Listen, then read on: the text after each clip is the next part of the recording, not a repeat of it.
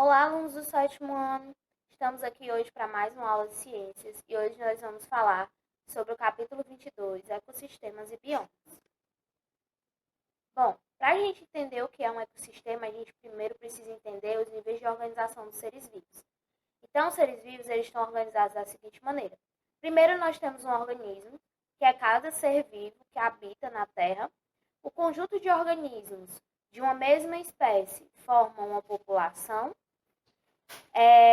Um conjunto de organismos de espécies diferentes formam uma comunidade. Várias comunidades interagindo entre si vão formar um ecossistema.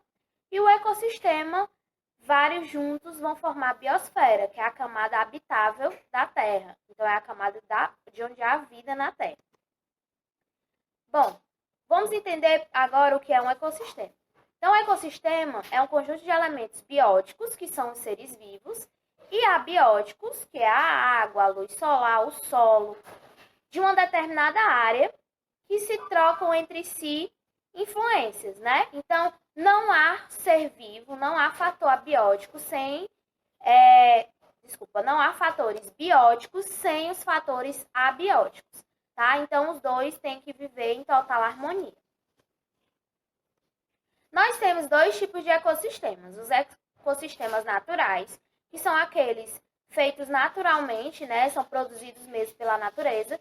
E os ecossistemas artificiais, que são aqueles que são modificados pelo homem. Bom, agora vamos falar de bioma. Então, bioma é quando eu tenho um conjunto de vários ecossistemas juntos, né? Eu tenho os biomas aquáticos e os biomas terrestres. Nós vamos falar agora dos biomas aquáticos. Os biomas aquáticos, eles correspondem a cerca de 70% da superfície terrestre.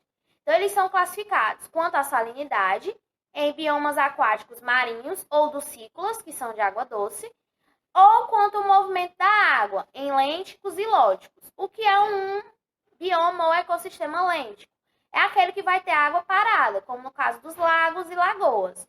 Já um ecossistema lótico é aquele que vai possuir uma água corrente, como os rios, os riachos. Então, quando eu tenho uma correnteza, é um ambiente lótico. Os biomas marinhos, eles são, tem algumas classificações quanto à profundidade. Quanto à profundidade, ele pode ser classificado da seguinte maneira. A primeira região, que normalmente é o que a gente usa para tomar banho na praia, é chamada de zona litorânea, que é onde é mais raso. Quando ele vai descendo um pouco, ele vira zona nerítica. Então, a cerca de 200 metros aí de profundidade. De 200 metros até 2.000 metros de profundidade, nós temos a zona batial.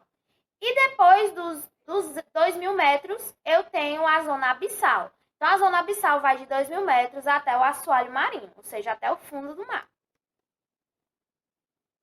Nós temos também a classificação desses biomas quanto à luminosidade. Então, nós temos a zona eufótica, que é essa aqui onde vocês estão vendo, 80 metros de profundidade no máximo, que é onde a luz vai incidir muito bem, então aí vai estar os seres fotossintetizantes, né, que produzem o seu próprio alimento. A zona disfótica, que é cerca de 200 metros, que ela já vai ter uma luminosidade um pouco mais reduzida, né, normalmente ficam boa parte dos peixes. E a zona afótica, que a luminosidade é basicamente zero, né? E aí vivem os animais que ficam presos ao fundo do mar ou rastejam no fundo do mar. E quanto ao deslocamento, eles podem ser, né, planctônicos, né, que são os fitoplânctons e zooplânctons, que normalmente eles ficam naquela zona lá eufótica, né, que eles conseguem se locomover bem nessa coluna da água. Os nectônicos, que ficam na região do nécton, então conseguem se locomover, né, livremente. E bentônicos, que são aqueles que ficam fixos no assoalho marinho, tá bom? Quanto aos biomas aquáticos ducícolas, a gente tem a seguinte classificação. A gente tem uma zona litorânea, que é aquela que fica próximo às margens do rio. A zona liminética, que normalmente fica na região central de um rio e não sofre influência das margens da vegetação.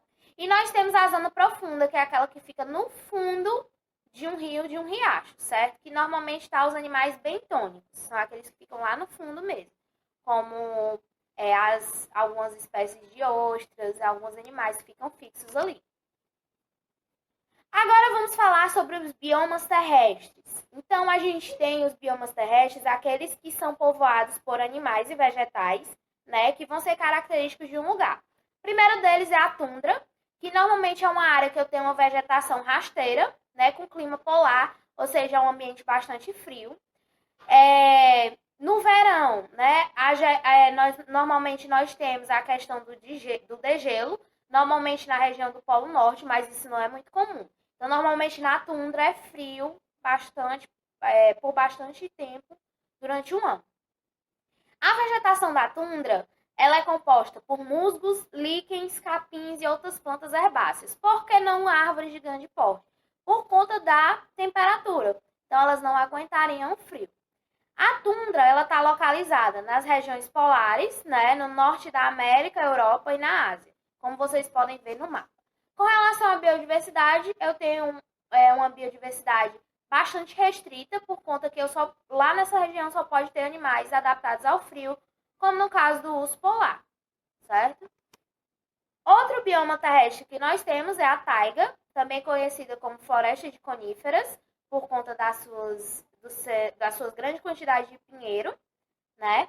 O clima lá é frio, subpolar, então os invernos são bem frios, fica tudo congelado. Já o verão, a temperatura é mais amena, né? Ele vai ter pouca variedade de plantas, porque as plantas, como eu já falei, no caso da tundra, elas não resistem muito bem a essa temperatura muito fria. Então, a gente tem o pinheiro aí como sendo um ótimo resistente no caso da taiga, tá? A taiga, ela está localizada no Canadá, na Suécia, na Noruega, Finlândia e Rússia. Os animais que vivem nessa região também têm que ser bastante adaptados ao frio, como no caso do lobo, né? Então, é uma característica preexistente para esses animais nesse local. Nós temos também a floresta temperada, que é a característica dela ela receber uma grande quantidade de luz, então ela tem uma elevada luminosidade, tem um solo bastante rico em nutrientes. Por ter um solo tão rico em nutrientes, ela já consegue ter plantas maiores. Então, plantas herbáceas, arbustos e até árvores, né? Só que as árvores dessa região, elas são chamadas de árvores caducifólias. Ou seja, elas perdem suas folhas numa determinada estação do ano, que é o outono, né? Então, elas fazem isso para poder economizar água. E aí, os animais que vivem nessa região, né, já podem ser mais adaptados, como no caso do esquilo. Então, ele não necessariamente vive num ambiente tão frio. A floresta temperada está localizada na Europa, na Ásia, na América do Norte, do Sul e na Austrália.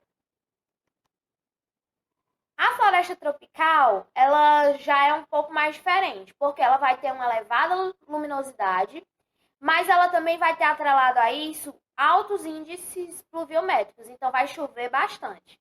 Normalmente as florestas tropicais estão localizadas próximo à linha do Equador, né? Então próximo aí aos trópicos também. Normalmente nós vamos ter árvores já de grande porte, então que vão servir de casa, de alimento para os animais que habitam ali. E os animais que habitam nessa área são os insetos e os mamíferos, na sua maioria das vezes, certo? Claro que nós temos outras espécies, como os répteis e os anfíbios, mas esses dois são os que predominam. As florestas tropicais estão localizadas na América, na África e na Ásia, certo? Sempre em regiões de baixas latitudes. Nós temos também os campos, né? Que são áreas de temperatura bastante elevada, porém tem baixa pluviosidade. E aí os campos eles podem ser divididos em dois tipos, que são as pradarias e as savanas. As savanas, normalmente, elas se localizam na África e no central do Brasil, em alguns locais da Índia. As savanas, elas têm uma vegetação mista, né? Então, elas podem ter plantas arbóreas a herbáceas, então não são plantas muito altas. E os animais que vivem lá, normalmente, são mamíferos adaptados a esse clima, né? Como as leões, os elefantes, as girafas. Pradarias têm vegetação herbácea, né? ocorre, né, normalmente na Europa, na Rússia, e nas planícies americanas, também nos pampas argentinos e na bacia australiana. Então, os animais que habitam nessa região, muito comum é o bisão, né, porque tem muita área de pastagem para eles, que tem um clima árido seco, né, que o solo é bastante arenoso, então é rico em areia e rochas. A vegetação possui plantas xerófitas, que são adaptadas à seca, como, por exemplo, os cactos, né, que conseguem armazenar água dentro do seu corpo. Os animais que vivem nessa região normalmente são os camelos, os lagartos, as cobras. Os desertos, eles estão localizados na América, na África, na Ásia e na Oceania. Bom, agora vamos falar sobre o bioma do Brasil. O primeiro deles é a Amazônia. A Amazônia é caracterizada por ter um clima quente e úmido. O bioma da Amazônia é um dos maiores do Brasil, que vai abrigar uma maior diversidade, tanto de espécies vegetais como animais. Nós temos cerca de 1,5 milhões de espécies vegetais catalogadas, né? E 3.000 espécies de peixe e 950 espécies de pássaro. Fora isso, nós vamos ter também os insetos, os répteis, os anfíbios e os mamíferos. O bioma da Amazônia vai compreender todos os estados do norte. Bom, o Pantanal é um dos maiores biomas, né, em extensões de terra úmida, então o maior bioma de área alagada, ou pelo menos era, devido às queimadas que aconteceram no Pantanal, que acabou afetando um pouco essa questão de disponibilidade de água, né? É um bioma de maior extensão territorial, né, que tem uma diversidade animal gigantesca. Esse bioma vai abrigar as regiões do Mato Grosso e Mato Grosso do Sul e vai pegar um pouquinho da Bolívia e do Paraguai. Ele vai ter uma grande diversidade de aves, até porque a ave símbolo do Pantanal é o tuiuiu, mas ele também tem uma grande diversidade de mamíferos e répteis. A Caatinga é um bioma exclusivamente brasileiro, que vai abranger todos os estados do Nordeste e aí vai pegar um pouquinho de Minas Gerais.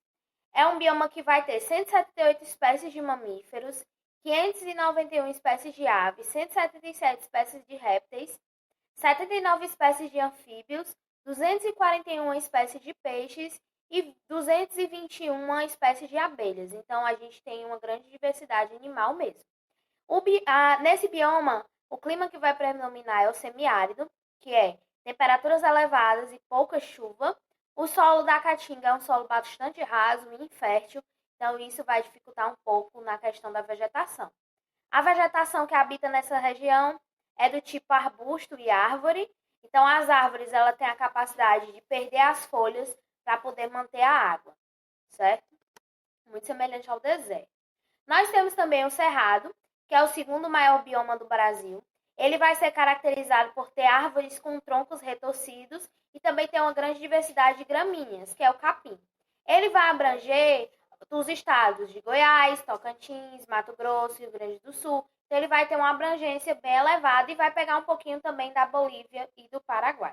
Com relação à fauna, o cerrado ele é bastante diversificado. Então, vou ter espécies de mamíferos, répteis, anfíbios, habitando nessa região. Nós temos também a Mata Atlântica, que ela vai ter vários ecossistemas associados a ela, como a restinga, o manguezal e os campos de altitude. Normalmente, a Mata Atlântica ela se localiza em áreas onde a temperatura é mais amena, então áreas de serra. Ele vai ter uma grande diversidade, né, de vegetação. Ela é considerada uns hotspots porque ela é uma área que está em constante ameaça de extinção por conta dessa sua localização. Então, ela vai abranger a costa leste, sudeste e sul do Brasil e vai pegar um pouquinho do Paraguai e da Argentina. Nós temos os pampas, que são paisagens naturais caracterizadas pelo predomínio dos campos, né? Então, vai ser uma região de campo muito grande. Ela vai estar restrita ao estado do Rio Grande do Sul, né? E vai pegar um pouquinho do Uruguai e da Argentina. Nessa região, eu vou ter a abrangência de gramíneas, que é o capim, cactáceas e leguminosas. E na fauna eu vou ter mamíferos, aves, répteis e peixes predominando essa área. Agora eu vou deixar uma atividade para vocês, que é da página 317 a 319. Era isso que eu tinha para passar para vocês hoje. Espero que todos tenham entendido. Fiquem todos bem. Até a próxima aula. Tchau, tchau.